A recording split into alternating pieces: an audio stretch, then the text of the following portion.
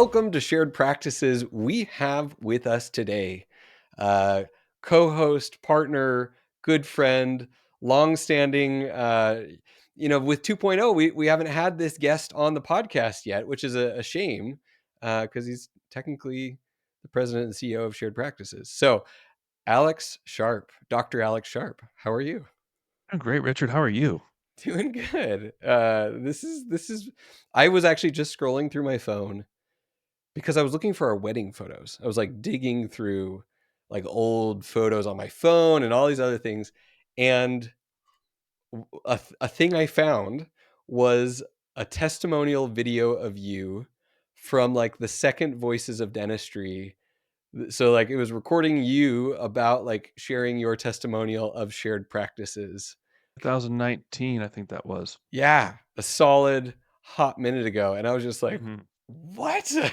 I don't I know. know. It just blew me away. Was that the one where you and I went out to dinner with some folks the night before the event, and there's some hilarious picture of you where you just eating a lime and you're making this horrendous face. I gotta find it and send it to you because it belongs right next to that Right next to that testimonial one. Yeah, of how far exactly. we've come. Exactly. No, anyways, it's been a wild, wild ride. And it just reminded me of like how wild the ride has been. Yeah, so Alex has been shouldering the burden of leading a lot of things all at once, and it's a burden that I couldn't take, and kind of broke me. So I'm just always grateful for everything you're doing, everything the other partners are doing, SPG, shared practices. There's a lot going on, and I know your heart and soul is there in it every single day. Well, what's funny is whenever you're collaborating in a partnership, it's a relay race. And there was a lot of times early on in the journey to make shared practices to be what it is that you did a lot of unsustainable things for a very long time. And obviously the apocryphal tale of residency family podcast pick two, like all Yeah, the way back to that. right. So, you shouldered a whole heck of a lot of the load for a very, very, very long time. And so don't shortchange yourself too much, Richard. But no, it's fun because what you find is that life has seasons, and I think that's going to color the topic that we talk about today is the Yeah. seasonality of life, the seasonality of what's important. And you can only have certain facets of your life be the centerpiece at a time. You can't have all, like if you divide life into maybe 6 or 8 buckets, you can only put maybe 1 to 2 in the feature spot at a given time. And certain things you have to automate, certain things you have to trust that you'll get to later, and that good enough is good enough in that bucket for right now. And so I think when you're evaluating your life on an annual basis, you got to figure out what are the things that I cannot drop this year, and then what's maybe a next year problem. And so I think that's something that a lot of us as dentists struggle with because we want to be all things to all people all the time. We want to have all closed margins, all closed contacts. Like we just can't be a failure at any point ever, or else it reflects badly upon us and our legacy and our name and everything else. And so you have to just sometimes say, you know what, this is the focus for right now, and I'm implicitly and explicitly okay with balls being dropped elsewhere. But that takes having fallen on your butt a couple of times to reach that realization. So hopefully we can help people short circuit and shortcut the way to being more fulfilled wherever they are in their journey. Yeah, and specifically today, talking about different balls that you can't drop. We're talking about finances today, and specific these two episodes. We're going to do a two-parter here. Episode 1, we're talking about how you think about personal finances and strategic steps, and what we've done leading up to really kind of figuring it out in practice ownership. So this is like breaking free. Like there's this escape velocity to personal finances where up to a certain point, it just feels hard. You feel behind. It feels like, okay, I'm worried about my future. I'm worried about student loans. I'm worried about retirement. And past a certain point, it's like, okay, I now see it in the distance where I keep running this play, everything is going to be fine. Um, and then you get a whole different set of choices. And that's actually what the second episode is going to be about is once you've solved the core financial problem of how do I generate enough wealth and income to have choices now and later. Now, what do I do with those choices financially? That'll be episode 2. So this is gonna be a really fun two-parter because we're gonna share stuff that's worked and stuff that hasn't worked, and what our modern day 2024 advice, 2025. Did I say 2024 at the beginning of the episode? 2025 advice is for that person at any point in the journey. So whether you're just graduating dental school, whether you're in an associateship, you're in early ownership, trying to like navigate the growth facets, and worried about money all the way along. That's the kind of stuff we're going to talk about in today's episode. You know what sticks out to me, Richard, in that prelude that you just gave is my mind just of its own accord went back to dental school when I was reading a lot of those personal financial threads on Dental Town Mm. back in the day. So I'm dating myself, right? And you read those threads and you read what some of those guys were saying back then. They were saying, "Well, how am I doing? I'm 42 and I've got this much saved up and I've got this much left to pay off on my practice." And I just remember being 24 years old, sitting in clinic between patients, like cleaning my own operatory and getting set up for the next one and scrolling Dental Town and thinking, "Oh my gosh, that dude's got it made in the shade drinking lemonade." Right. Like he's 42 and he's got all of these financial things just hardwired into his existence. Like how could he be stressed out about anything? Right. Which is the great naivete that we all come in with, thinking that we implicitly prefer those future problems. Like those future problems are going to be easier to bear than our current problems. And then you look back and you realize, oh, those were some pretty darn quaint problems that we were quote unquote plagued with when we were 24 years old. But no, I think that right there is a representation of grass is always greener, Yep. human nature. You're inclined to think that someone else's problems are better than yours, when in fact that if you had to sit at the table, this was a great Chris Bosh quote. So Chris Bosh, the former forward for the Toronto Raptors and Miami Heat, he's become something of a motivational speaker in recent years, and he has a great analogy where he talks about that if you have someone that you think you'd like to trade problems with, if you were on opposite sides of a table and you just put all of your problems on the table and then they put all of their problems on the table, chances are you would take your problems right back Yeah. and you wouldn't necessarily want their problems. So I think when we're thinking in financial terms, that's an easy way to consider it, is that we think we have it so bad, but in fact, sometimes the omission of an action financially is better than the commission of the wrong action Yeah. financially. Because in life, they talk about fortune favors the bold and fortune favors the person that can do things and make things happen. But in financial terms, sometimes less can be more, to the point that you made, which is what can we automate?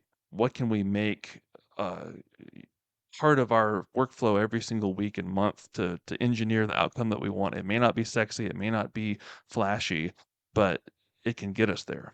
100%. And one thing that it made me think of is, as you were talking just now, is the advice that my dad gave to me when I was looking at doing something a little crazy. I was looking at buying 3 practices while I was still in the army with some partners. That sounds crazy, Richard. It sounds a little insane.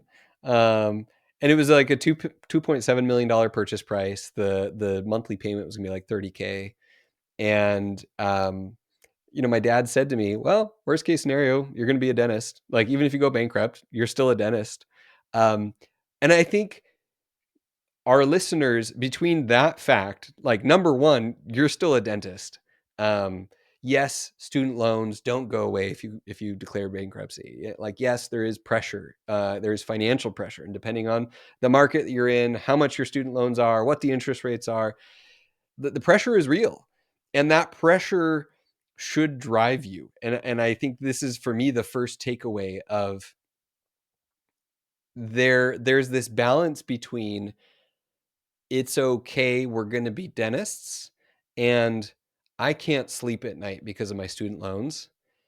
And somewhere in between, leaning maybe a little bit more towards the I can't sleep at night because of my student loans, in a way that positively fuels you to say, I could just practice dentistry for the rest of my career, but maybe I should really figure out one of two things. How to make a more money than average in dentistry, whether that's a really high paying associateship job because you've got surgical skills and even partnership or other opportunities like that, or it's practice ownership.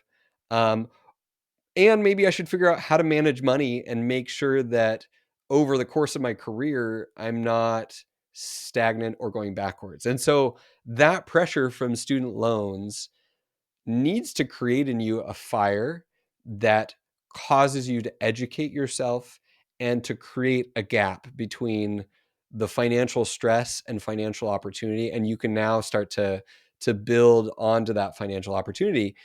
Because the reality is, it's insane, the spectrum of incomes in dentistry. There are dentists making under 100,000, and I was one of them, straight out of dental school into the army. As a new grad in the army, you're not really breaking over 100K, maybe now with inflation, but um, that was a phase, and it came with payoffs and all that because of the student loan thing. But um and then there's which right now, if you've got a significant amount of student loans, like, that could be crushing. Making under 100K as a dentist could be absolutely crushing.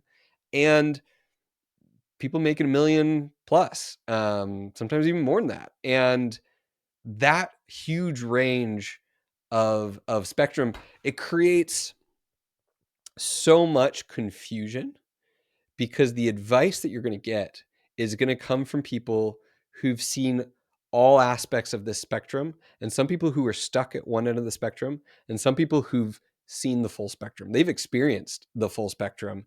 And on the other side of that is this piece of, if you can arm yourself with the tools of entrepreneurship within dentistry, there is this sense in me right now, and I'm doing weird things. I'm not clinically a dentist. I've stepped back from most everything in shared practices, just due to life circumstances. But I have this knowledge in my back pocket that if I were to find and buy the right dental practice and scale it over a period of 2 to 5 years, I could end up with retirement level opportunities.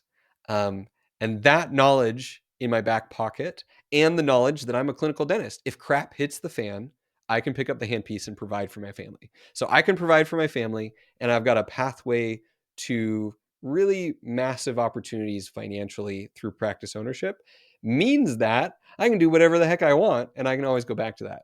So, anyways, I was all over the place with that, Alex. What did you hear? I think I distilled that down into a question. Okay. So the question that I think I have a question that I will respond to. So in dentistry, yeah, the outcomes run the gamut from sub 100,000 a year to over a million a year. And what's funny is you'd hear about the over a million a year thing as rumors or rumblings, and then obviously it's well documented that people can do it. And even at Shared Practices Group, doing dentures and implants, people are making over $1 million a year just doing this type of dentistry. It's incredible. And you can do that either with a group platform like SPG, or you can do that buying the right practice, or you can do that in a lot of different ways, doing a multi-site thing that you own and operate yourself. There's lots of different ways to get there. But the starting point that I was thinking about when you were highlighting the student loan piece is, let's think about how we define risk, because Mm, there's risk that we choose and then risk that chooses us. So the risk that we choose is the student loans. Like you're rolling the dice, quote unquote, by taking on a student loan burden to give you the ticket to ride, the ticket to hop on the dental train. And I think for right now, if you choose right in your profession, you could make the justification that it's a great return on investment right now in 2025 as currently constituted, even when you're dealing with 700, 800,000 student loan price tag, million. I still think a million is worth it if you come in and and knock it out of the park, and you come in and you don't waste time. So that's a chosen risk that you come in knowing, especially when you know about income-based repayment plans. And if you are the type of person that loses sleep over student loans, I've never been that way. But if you lose sleep over it, you can pay it off. We both know people, Richard, that really hunkered down and paid off the student loans because they knew that they didn't like being indebted.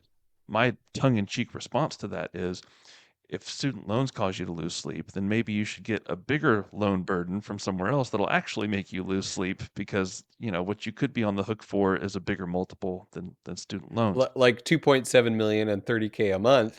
It Exactly. literally like reframed like, oh, student loans aren't bad. Like Exactly. I've And had a payment, and then SPG we've had way worse than yeah, that. personal guarantees and yeah. So that's why like student loans, I don't want to laugh, but you could do a lot more for yourself risk wise than just student loans because that's a great return on investment if you make it work for you. Yeah. The other thing I wanted to say is that you got to get advice from different sources.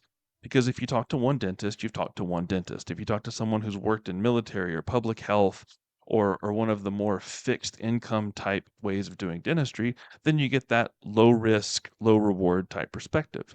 Or if you talk to someone who's done the multi site expansion strategy and really scaled themselves. I remember there's one guy that I talked to at a seminar one time, and he just looked like an unassuming dentist, like just a normal guy. And he's like, no, I own 31 practices. I'm like, wait, what? Yeah, I own 31 practices and I built it all myself. And I've done like one every few months for the last couple of years, and I've just built 31 practices. And I'm like, are you kidding me? I want to be your best friend. I want to hang out with you and learn how you did this. Holy cow! And so there's all types of ways to make dentistry work for you. So get advice from the gamut. And then the final thing I'll say in response to your preamble is you want to consider the financial piece in two major categories. Number one, what is the income generating potential from this opportunity? And then number two, what is the net worth creation potential from this opportunity? Because everything else that happens after that, whatever your strategy is, whether you're talking about buying a bunch of Vanguard target date funds, or whether you're going to do it all in crypto, or you're going to do real estate, whatever the strategy is, you need to have a way to number one, generate income, and number two, understand what your thesis is around net worth creation via dentistry. So that the income potential is straightforward. What is your rate of compensation per unit of dentistry that you do? If you are a single like private practice owner, that's easy. You just do your production, you take your profit, you go home. If you work at a private practice, there's an equation. Maybe there's a profit sharing component to that, which is great. And then if you work in a group practice or a DSO, then oftentimes there's the month to month income that you get in addition to the net worth creation that can happen as long as it's in a favorable framework that everyone understands. But you need to think not just about the W2 income, but also the net worth creation potential. Because when you do something that's heavily growth related, a lot of times, Richard and I can attest to this, your income takes a hit because of the net worth that you're building in the background. And so it's really easy to get too fixated on one versus the other. But I will tell you that there's no replacement for a stable income. We'll just say that. Yeah. There's no replacement for a stable income, and there's no replacement for a couple $100,000 in the bank. Those two things right there. So, I mean, real quick, I mean, Scott and I had an episode about this recently, but we could describe in 2 minutes, like time me, we'll see how this goes, the like actual nuts and bolts of that graduating dental student, young associate. So here we go. No matter what your student loans are, keep it with income-based repayment until after you're in a very steady cash flowing practice ownership situation. Don't pay down your loans aggressively until you either are owning or you're not going to be buying or starting a practice anytime soon. And even then, maybe still keep it income-based repayment unless you really want to refinance and get more aggressive. Number two, save up 50 to 100, preferably 100K of liquidity so that you have cash on hand to buy or start a dental practice. Um, and and then you won't have to put that as a down payment, but have that available. And even if you don't buy or start a dental practice, 100 to 200K of liquidity as just like a goal to have to always kind of keep that there means that no matter what happens, you've got 6 to 12 months of just we're not worried. um, and that might seem very out of reach for people. But if it is out of reach, you need to up your clinical skills until and find yourself a better opportunity until you can take home the kind of money that you need to get there. And then once you're in that lucrative either associate or partnership position, or you then own and you're now a practice owner, you're investing money either back into your skill set or back into your practice, um, until there's not a lot more to invest in there and you start investing in other things. But at the end of the day, that's the formula. Um, and until I'm just a huge proponent of, until you've figured out what's the fastest path to the highest income and or ownership, um, I wouldn't get too distracted in all sorts of other investing things, whether that's real estate or crypto or, whatever other businesses, because the potential to generate income and the potential to generate net worth as a dentist in either the right partnership situation or your own practice is just so high that the distraction potential, there's a real opportunity cost in getting lost in other things. um, and if you're listening to this and you're a frustrated dentist who's like, I've been trying, I've been looking for the right job, I've been trying to own, or I do own and I'm not there, there is real help. And this whole show is not meant to be a pitch for always for coaching and things like that. But on my side, I've had enough conversation with dentists who've been working with shared practices for 3 years, or with denture and implant dentists who've been producing, a lot of dentistry and taking home a lot of dentistry, to know that like the opportunities are there and real. And I've seen dentists grow an $800,000 practice into a $1.6 million practice in a year. And then in 3 years, grow that to a $3 million practice, and way faster than what they thought was possible, creating way more income and net worth. And oftentimes it comes down to an unwillingness to invest in coaching and get the right advice, and then unwillingness to make hard decisions. You need to like make big pivots in your practice, or you need to sell a practice, or you need to fire a doctor, or you need to look at yourself in the mirror and figure out where your deficiencies are. So that's the like, we could stretch all of those each individual things out into a full episode, but that's the play: is stockpile cash, don't pay your student loans, and find yourself the high income, net worth generating opportunity ASAP. That's so beautifully and simply put. Like, you just have to build your engine.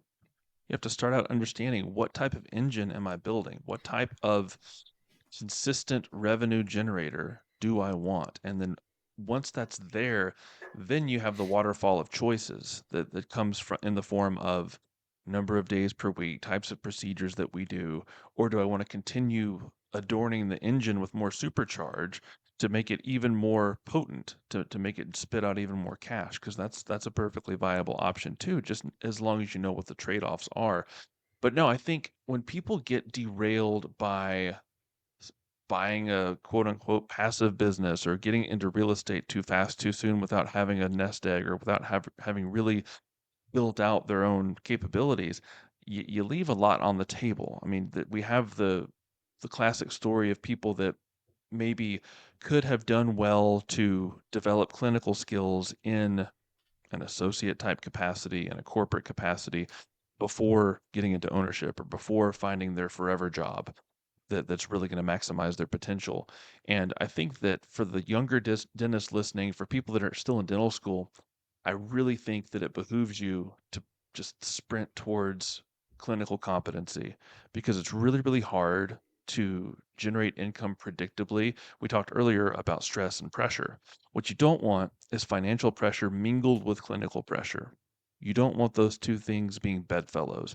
They don't coexist well. Ask me how I know. Hmm. So you want to be sure that you're putting you're not putting the cart before the horse. And I think for us, the horse is clinical capabilities, fleshing out your skill set, making sure that you have every single tool in your utility belt that you need. And for me, that just is like, I can do a quadrant of composites without thinking. I can, do a crown prep the same way every single time with consistent, solid results. Single And the case implant. acceptance to go with whatever Yeah, clinical exactly. dentistry you're All doing. of all of that is part of creating the engine. And so at shared practices, we've historically thought about practice management. We've thought about how to make the dental practice work the best way for you, building the team around you to support you. But that's all with the understanding that you've done the work to develop yourself clinically, because that's something that's top of mind for me right now with my role is I'm helping people to go from 0 to 1 from where they want to be from an efficiency perspective. And a lot of times the efficiency perspective comes number one from your own skill set and your own ability to execute day in, day out without getting burned out, but also pouring into the people around you.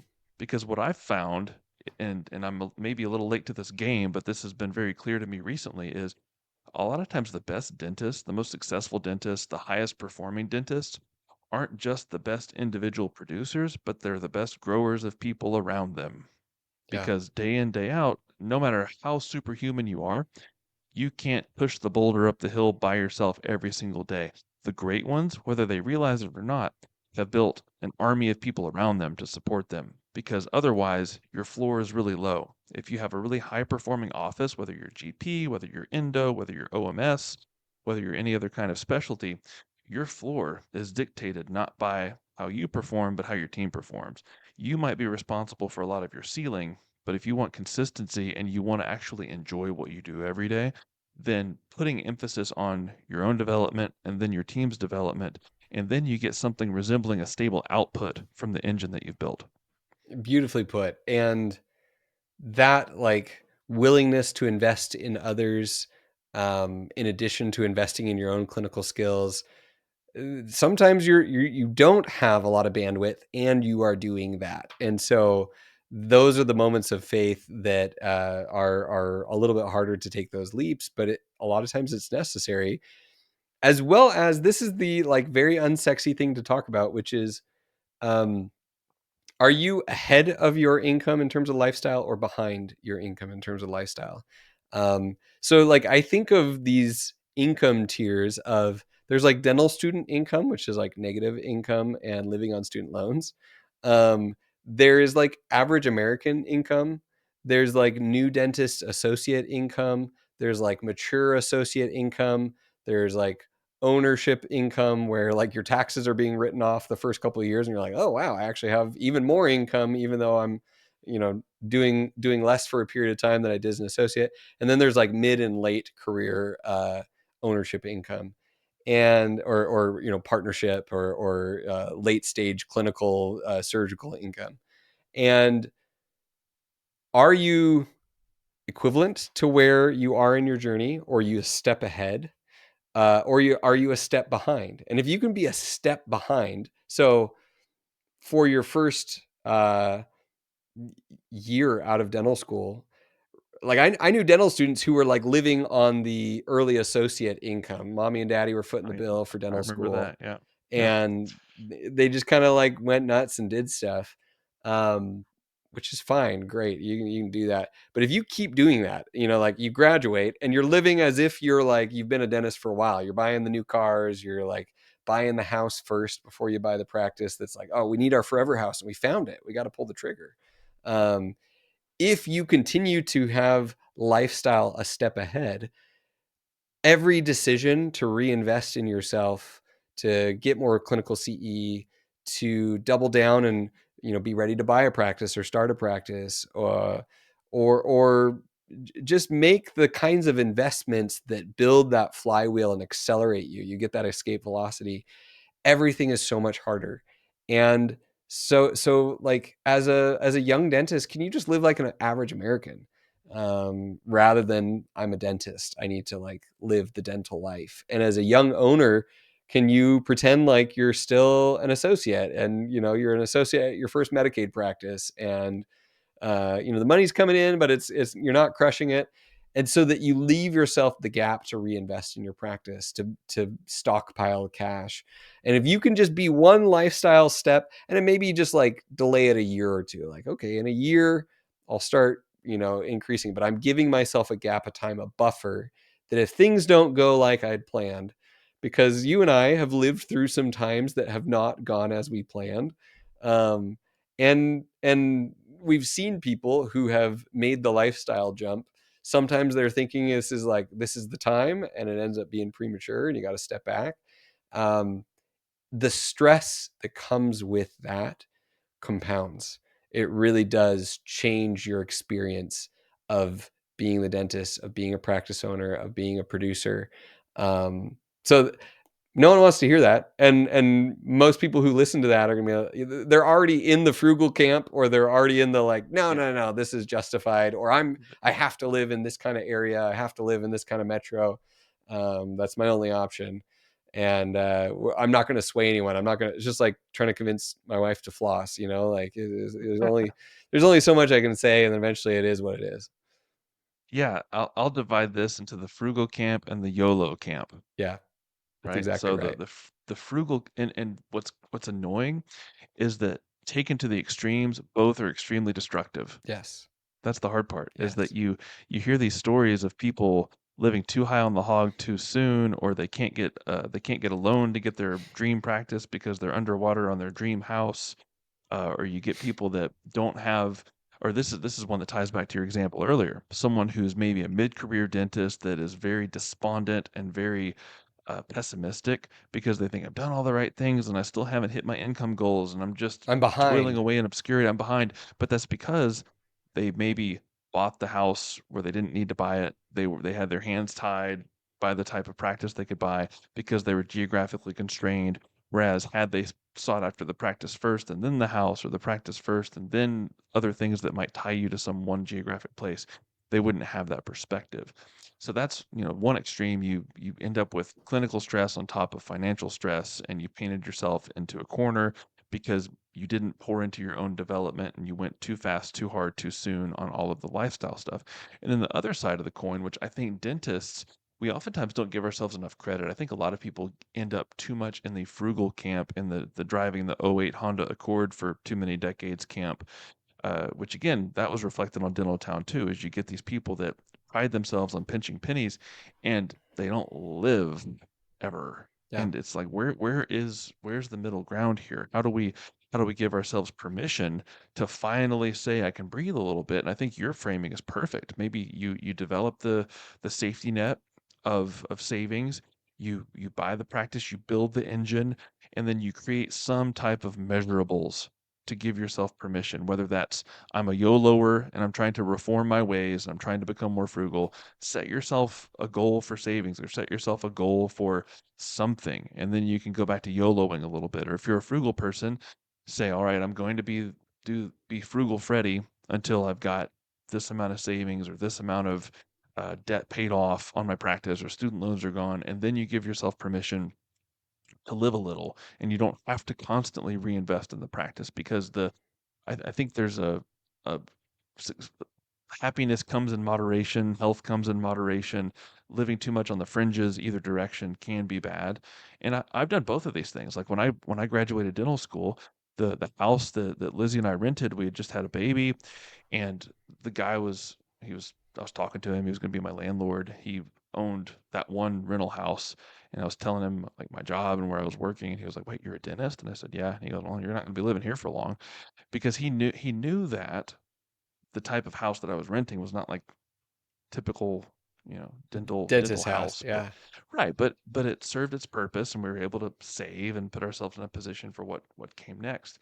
And then yeah, then I've had times where I've done investments that I realized at the moment made sense, and then in hindsight things changed. The picture, went in a different direction than I thought it would go, and then I thought, okay, maybe I overcommitted on that one investment in terms of where I'm at right now with income or what have you. But it's easy to go too far in one direction or the other, and I do think that just having the wherewithal to keep something front and center in your mind of what success looks like, or where are my guardrails, to bring you back to say, okay, we're getting a little too close here, or maybe we're being a little too stingy here, and then your people in your family are unhappy because you're pinching pennies too much. So that's where I think the community, the collaboration comes into play, because if you're doing things on an island, you're very, very easy to veer off into one extreme or the other, versus if you have a connection with other people to normalize what you're experiencing,